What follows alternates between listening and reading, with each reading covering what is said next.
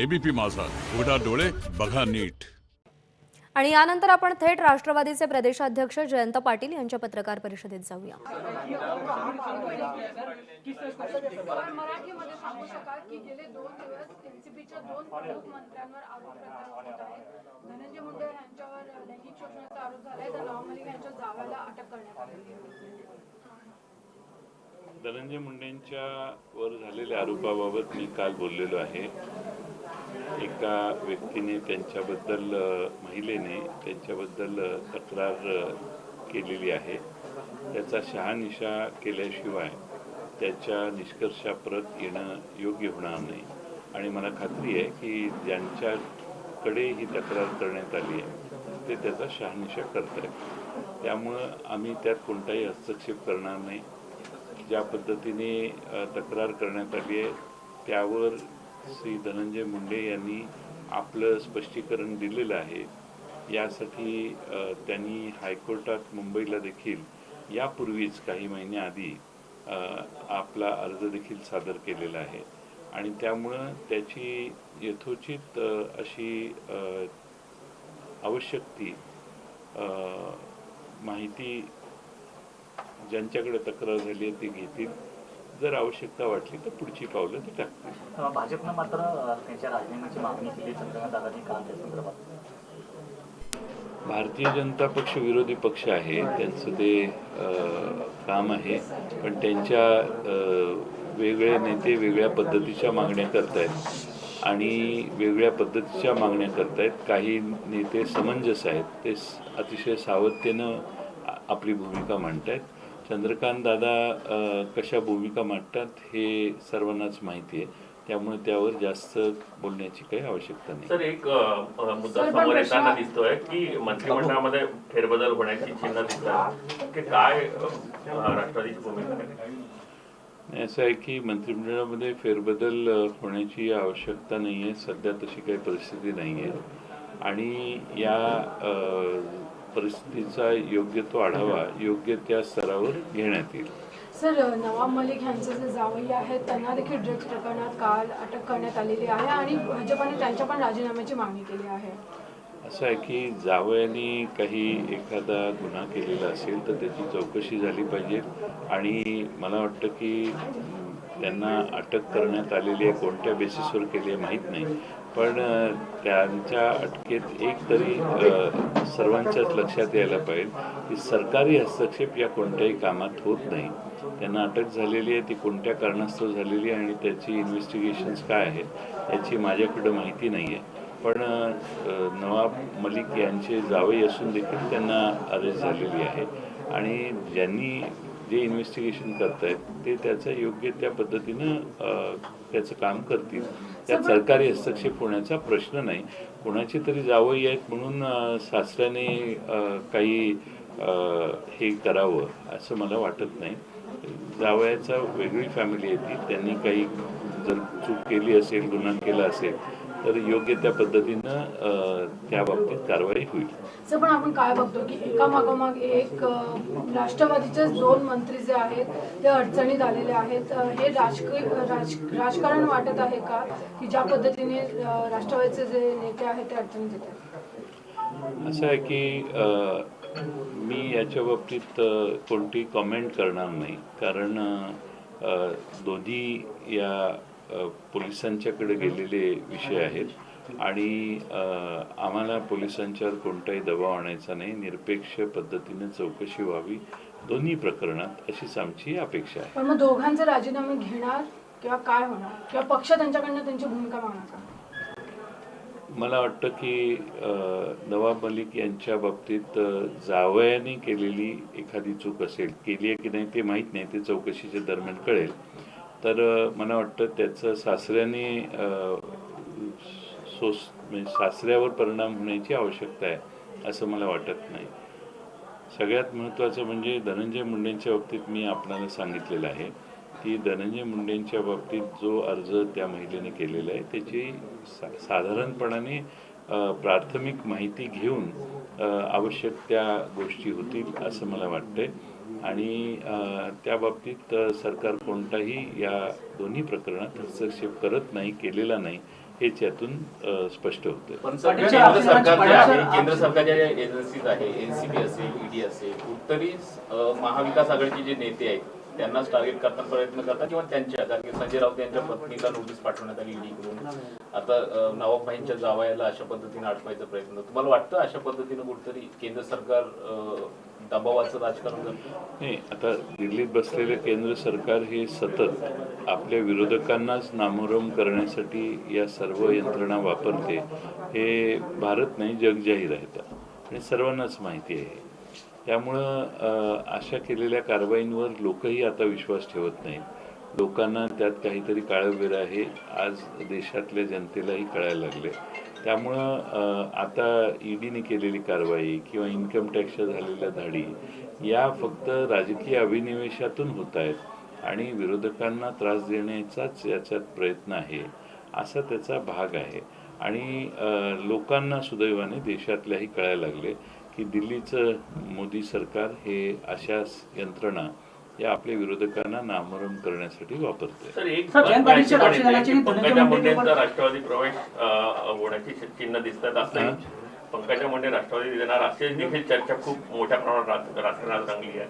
तसं काही चर्चा आहे? नहीं, माझ्यापर्यंत अशी काही चर्चा नहीं है. पटेल साहब, धनंजय मुंडे के ऊपर जिस तरह से एक सेक्सुअल हरेसमेंट का आरोप लग रहा है, एक महिला ने लगा है, किस तरह पूरी घटना क्या कुछ? देखो, उन्होंने आरोप किया है, जहां जाके उन्होंने तकरार दर्ज की है वहां के लोग उसकी छानबीन करेंगे, आवश्यकतानुसार उसके ऊपर वो निर्णय करेंगे, एक्शन लेंगे. और जहां तक धनंजय मुंडे जी का सवाल है, उन्होंने कोर्ट में पहले से ही ये ब्लैकमेलिंग का केस है और मुझे इसमें ब्लैकमेल किया जा रहा है, इसके बारे में उन्होंने अपना मत या अपनी अर्जी कोर्ट में रखी है, पेश की है. और इसीलिए मुझे लगता है कि इसके ऊपर मैं कमेंट नहीं कर रहा हूँ. धनंजय मुंडे जी जो कह रहे वो कह रहा हूँ, लेकिन इसमें जहाँ उन्होंने एप्लीकेशन दिया है वहाँ प्राइमा फेशिया कुछ चीज़ें है कि नहीं, इसके ऊपर मुझे लगता है वो एजेंसी अभ्यास करेगी और आवश्यकतानुसार वो कार्रवाई करेगी. सर, बीजेपी जिस तरह से इस्तीफे की मांग रही है धनंजय मुंडे की, किस तरह देख रहे हो? क्या उनको इस्तीफा देना चाहिए, आप लोग मांग रहे हो? मुझे लगता है कि कोई ऐसे आरोप करे और इमीडिएटली दूसरे दिन इस्तीफा की मांग हो, ये गलत है. मुझे लगता है कि ऐसे आरोप हमारे एक युवक अध्यक्ष के ऊपर भी लगे थे, लेकिन हमें ऐसा सुनाई दिया है कि जो महिला आरोप कर रही थी उसके और हमारे वो युवा अध्यक्ष, उनके कोई ताल्लुकात कभी संबंधी नहीं है, फिर भी आरोप हुए हैं और उनकी बदनामी करने की बहुत बड़ी कोशिश हो गई. अभी पुलिस उसके ऊपर इन्वेस्टिगेशन कर रहे हैं, इसलिए मैं उसके ऊपर कुछ कमेंट नहीं करूँगा.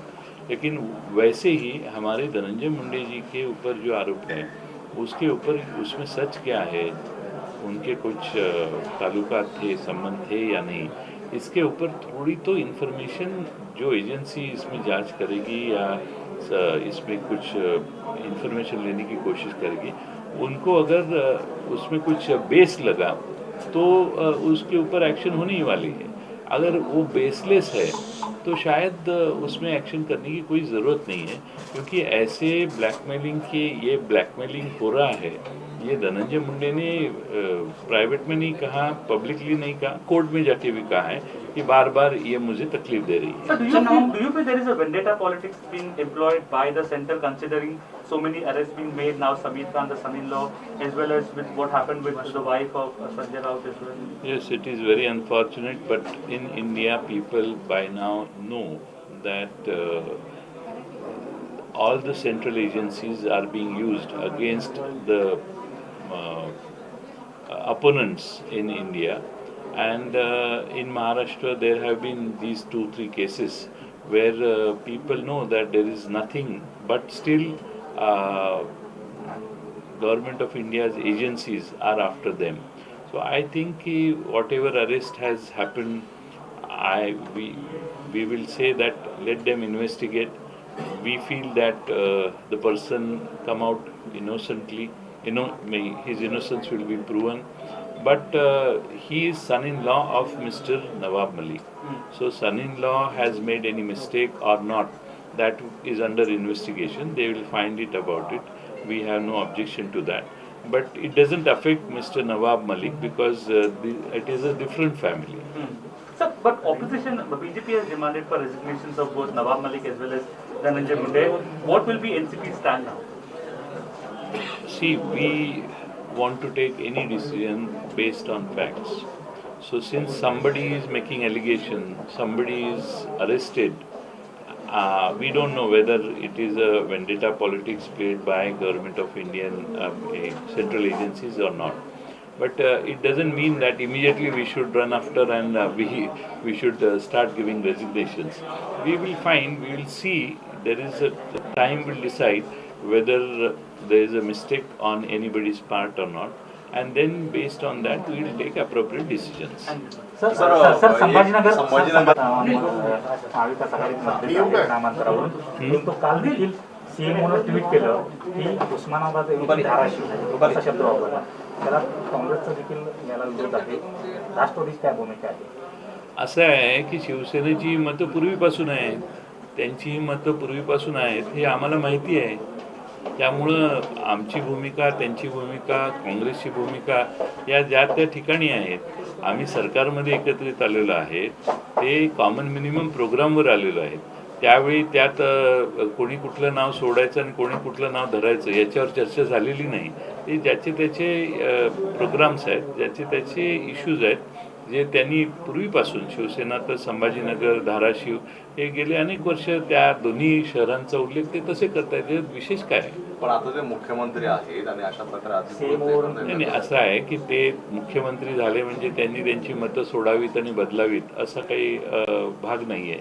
मुख्यमंत्री आहेत तसेच ते शिवसेना प्रमुख देखील आहेत. त्यामुळे त्यांनी त्यांची मतं मांडली आणि त्यांनी सरकार स्थापन केल्यावर त्यांनी त्यांची मतं सोडावीत असा काही आम्ही आग्रह कधी केलेला नाही.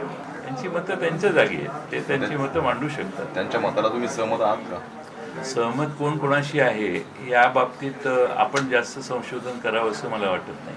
सर, ज्या पद्धतीने आता जे आरोप झालेले धनंजय मुंडेंवर, कारण ते सामाजिक न्यायमंत्री आहेत म्हणून इतका आरोप प्रत्यारोप सुरू आहे, तर ह्या प्रकरणी एक तर मुख्यमंत्र्यांबरोबर काही चर्चा होणार आहे का किंवा पक्षप्रमुखांनी आपली काही चर्चा होणार आहे? नाही, पक्षाच्या अंतर्गत परिस्थितीचा आढावा जरूर घेतला जाईल, पक्षाच्या अंतर्गत जरूर घेतला जाईल आणि आवश्यकता भासली तर मुख्यमंत्री महोदय पण या विषयात कन्सर्न असतील तर आहेत आणि त्यांच्याशी या बाबतीत फॅक्ट्सवर आधारित योग्य त्या भूमिका आम्ही घेतो. पण त्या दोन्ही मंत्र्यांचे राजीनामे होणार नाही हे स्पष्ट आहे का? आणि भाजपा राजीनामा कोणीतरी आरोप केला म्हणून देणं ही बाब होणार नाही. पण या बाबतीत आम्ही पक्षस्तरावर योग्य तो विचार करणार आहोत. राजीनामा कोणीतरी एक महिला आरोप करते, धनंजय मुंडेंनी आपली भूमिका स्पष्ट केलेली आहे. असं असताना जर धनंजय मुंडेंना कोणीतरी जाणीवपूर्वक ब्लॅकमेल करत असेल आणि धनंजय मुंडेंचा त्यात काही दोष नसेल तर राजीनामा घेण्याचा त्यावेळी प्रश्न उद्भवणार नाही. त्यामुळं संबंधित एजन्सी जिथं त्यांनी तक्रार केलेली आहे त्यांच्याकडून त्याची सगळी माहिती घेतल्यानंतर योग्य ती भूमिका त्या एजन्सीज घेतील. त्यानंतर आम्ही योग्य ते विचार करू. Sir, you mentioned about vendetta politics from the center. Any countermeasures or preventive actions the Maharashtra government is going to take to avoid these vendetta politics being done? No, countermeasure you cannot take for about the people who are already prejudiced. So it is very difficult to assess what they will do, and therefore we will have to face it as it comes. But we are sure that whatever they are doing, people of Maharashtra have started understanding, started knowing about this vendetta politics, and people of Maharashtra will never accept it. Thank you. तरी तुम्ही चहा घ्या. तर कोणी आरोप केला म्हणून राजीनामा घेणार नाही, पक्षांतर्गत पक्षस्तरावर या सगळ्याचा विचार केला जाईल असं वक्तव्य राष्ट्रवादीचे प्रदेशाध्यक्ष जयंत पाटील यांनी धनंजय मुंडे यांच्या प्रकरणासंदर्भात केलेलं आहे. मुंडेंवर आरोप प्रकरणी पक्षस्तरावरती आम्ही विचार करू असं वक्तव्य जयंत पाटील यांनी केलेलं आहे. एबीपी माझा, उघडा डोळे बघा नीट.